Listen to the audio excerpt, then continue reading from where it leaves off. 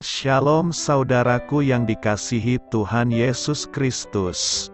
Selamat pagi, salam sejahtera untuk kita semuanya. Selamat datang kembali di Renungan Rohani pagi hari ini. Semoga saudara yang terkasih dalam keadaan sehat selalu.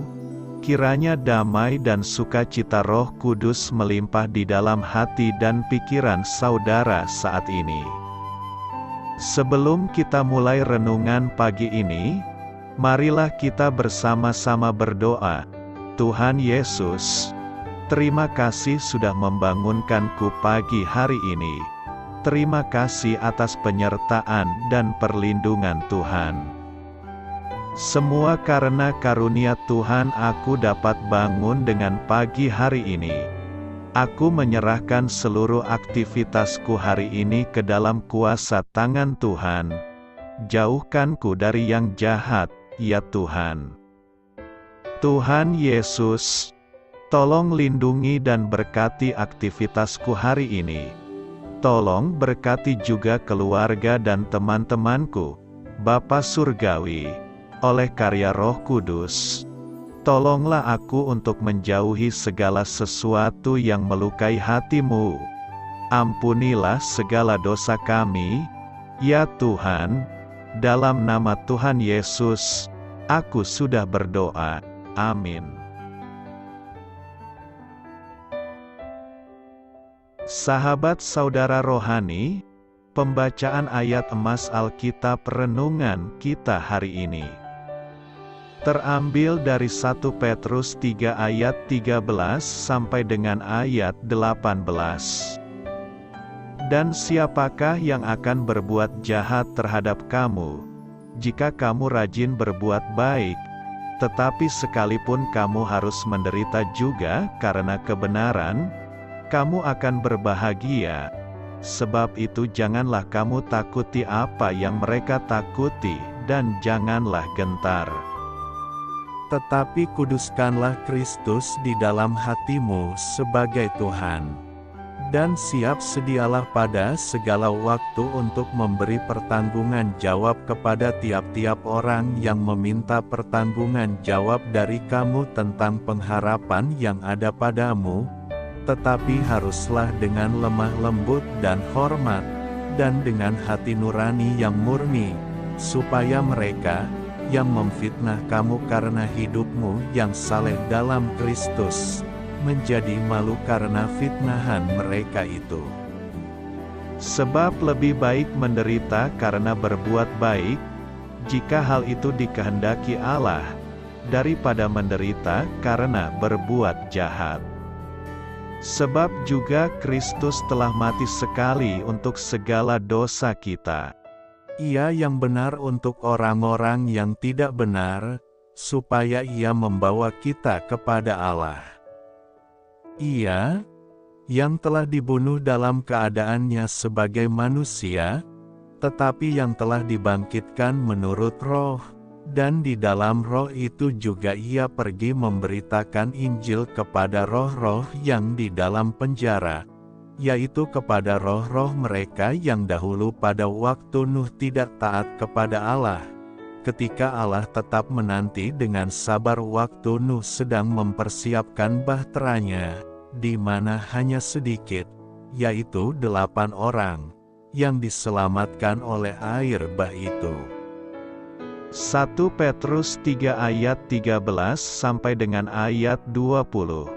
Inti dari ayat emas renungan kita adalah: siap sedialah pada segala waktu untuk memberi pertanggungan jawab kepada tiap-tiap orang tentang pengharapan yang ada padamu.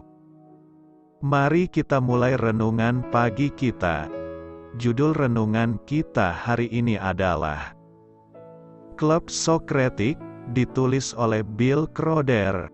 Kisah inspiratif. Klub Sokratik didirikan di Universitas Oxford, Inggris, pada tahun 1941.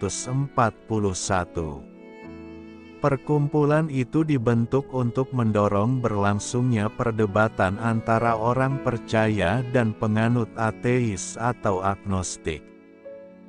Debat soal agama di universitas sekuler memang lazim dilakukan, tetapi yang mengejutkan adalah, selama 15 tahun klub tersebut diketuai oleh Lewis, seorang cendekiawan Kristen yang hebat.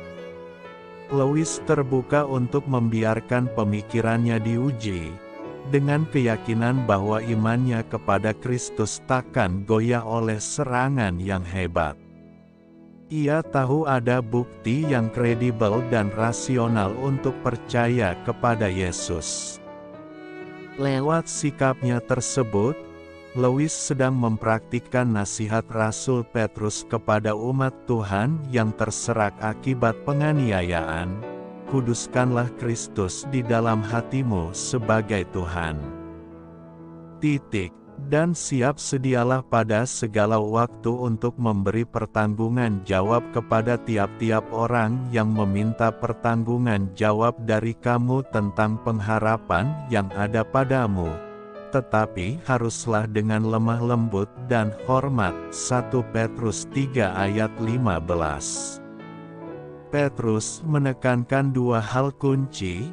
Kita memiliki alasan kuat untuk menaruh pengharapan kepada Kristus, dan kita patut menunjukkannya dengan lemah lembut dan hormat. Mempercayai Kristus bukanlah sikap yang lari dari kenyataan atau hanya angan-angan semata. Iman kita dilandaskan pada fakta sejarah, termasuk kebangkitan Yesus dan bukti penciptaan yang menjadi saksi tentang penciptanya. Dengan bersandar pada hikmat Allah dan kuasa Roh Kudus, kiranya kita siap membagikan alasan kepercayaan kita pada Allah yang Maha Besar. Amin. Marilah kita renungkan di dalam hati kita. Bagaimana cara Anda membagikan iman Anda kepada orang lain? Apa bukti tentang kebangkitan Yesus yang menjadikannya masuk akal, meski jelas itu merupakan peristiwa mukjizat? Hal ini patut kamu ketahui. 1 Petrus 3 ayat 15 seringkali dikemukakan sebagai suatu tantangan agar kita siap sedia menanggapi kesempatan-kesempatan untuk membagikan iman. Hendaklah kalian selalu siap untuk memberi jawaban kepada setiap orang yang bertanya mengenai harapan yang kalian miliki.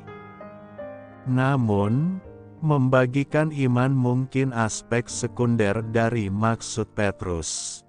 Pertama-tama kita harus hidup dengan pengharapan di dalam dunia yang pada umumnya tanpa harapan. Perhatikan bahwa Petrus mengatakan bahwa orang-orang akan bertanya mengenai harapan yang kita miliki.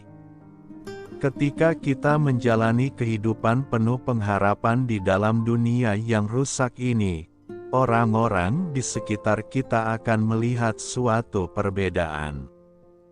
Kemudian, kita harus siap memberikan jawaban kepada mereka mengenai harapan yang menjadi ciri hidup kita. Pengharapan tersebut membedakan mereka yang percaya kepada Yesus dari mereka yang hidup tanpa Kristus, yang Paulus gambarkan sebagai tanpa pengharapan dan tanpa Allah di dalam dunia. Efesus 2 ayat 12. Allah sajalah pengharapan kita, dan kita ditantang untuk hidup sedemikian rupa. Kata apologi berasal dari kata Yunani yang pada dasarnya berarti memberi pembelaan. Apologetika Kristen itu berarti ilmu tentang pembelaan iman Kristen. Ada banyak kaum skeptis yang meragukan keberadaan Allah dan atau menyerang kepercayaan kepada Allah dalam Alkitab. Ada banyak kritikus yang menyerang pengilhaman dan doktrin mengenai Alkitab yang tidak memuat kesalahan. Ada banyak guru-guru palsu yang mempromosikan doktrin yang salah dan menyangkal kebenaran-kebenaran kunci iman Kristen. Misi dari apologetika Kristen itu memerangi semua gerakan-gerakan ini dan mempromosikan Allah Kristen dan kebenaran Kristen. Mungkin, ayat kunci untuk apologetika Kristen di dalam Alkitab adalah 1 Petrus 3 ayat 15. Tetapi kuduskanlah Kristus di dalam hatimu sebagai Tuhan, dan siap sedialah pada segala waktu untuk memberi pertanggungan jawab kepada tiap-tiap orang yang meminta pertanggungan jawab dari kamu tentang pengharapan yang ada padamu, tetapi haruslah dengan lemah lembut dan hormat. Tidak ada alasan bagi seorang Kristen untuk sama sekali tidak mampu mempertahankan imannya. Setiap orang Kristen harus mampu memberi penjelasan yang cukup mengenai iman mereka di dalam Kristus. Tidak, memang tidak setiap orang Kristen harus menjadi ahli dalam apologetika. Namun, setiap orang Kristen perlu mengerti apa yang mereka percaya, mengapa mereka percaya, bagaimana membagikannya dengan orang lain, dan bagaimana mempertahankannya dari kebohongan dan serangan. Aspek kedua dari apologetika Kristen yang sering diabaikan adalah bagian kedua dari 1 Petrus 3 ayat 15, tetapi haruslah dengan lemah lembut dan hormat. Mempertahankan iman Kristen dengan apologetika tidak boleh dengan cara yang kasar, marah-marah atau tidak menunjukkan hormat kepada orang yang berbeda pendapat. Saat melakukan apologetika Kristen, kita harus berusaha memberikan pembelaan yang kuat, tapi pada saat bersamaan bersikap seperti Kristus dalam usaha pembelaan itu. Kalau kita memenangkan perdebatan, namun menjauhkan orang dari Kristus karena sikap kita, maka kita telah kehilangan tujuan yang sebenarnya dari apologetika Kristen. Ada dua aspek atau metode utama dari apologetika Kristen. Pertama, biasanya disebut sebagai apologetika klasik, di mana seseorang memberikan bukti-bukti bahwa berita Kristen itu benar adanya. Yang kedua, yang biasanya disebut apologetika anggapan mencakup usaha mengkonfrontasikan anggapan-anggapan, atau prasangka-prasangka, asumsi-asumsi di balik pemikiran anti-Kristen. Para penganut kedua metode apologetika Kristen ini sering berdebat satu dengan yang lain soal metode mana yang paling efektif. Kelihatannya, menggunakan kedua metode akan jauh lebih efektif, tergantung kepada orang dan situasi yang dihadapi. Apologetika Kristen itu menyajikan pembelaan yang masuk akal terhadap iman dan kebenaran Kristen kepada mereka yang tidak memahaminya. Apologetika Kristen merupakan aspek yang perlu dari kehidupan Kristiani seseorang. Setiap orang Kristen diperintahkan untuk senantiasa siap dan diperlengkapi untuk memberitakan Injil dan mempertahankan iman kita. Matius 28 ayat 18-20 dan 1 Petrus 3 ayat 15. Itulah hakikat dari apologetika Kristen. Selamat berkarya untuk Tuhan. Amin.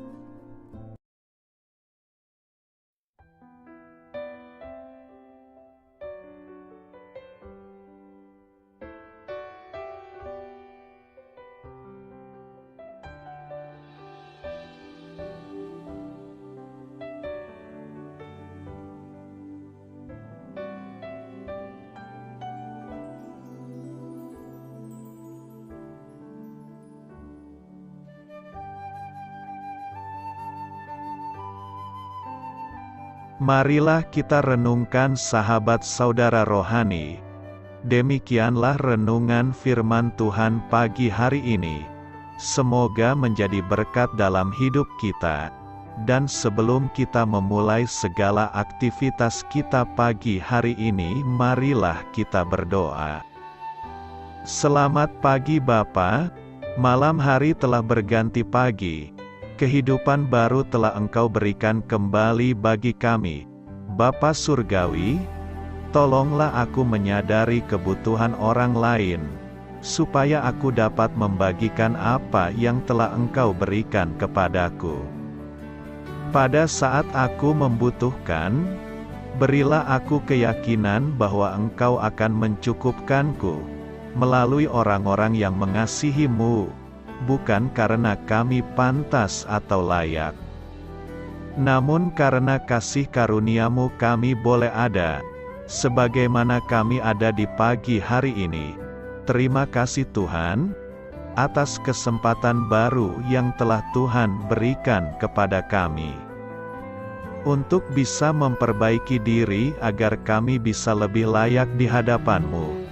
Hari ini kami serahkan semua perkara dan kesulitan yang akan kami lalui ke dalam tangan-Mu.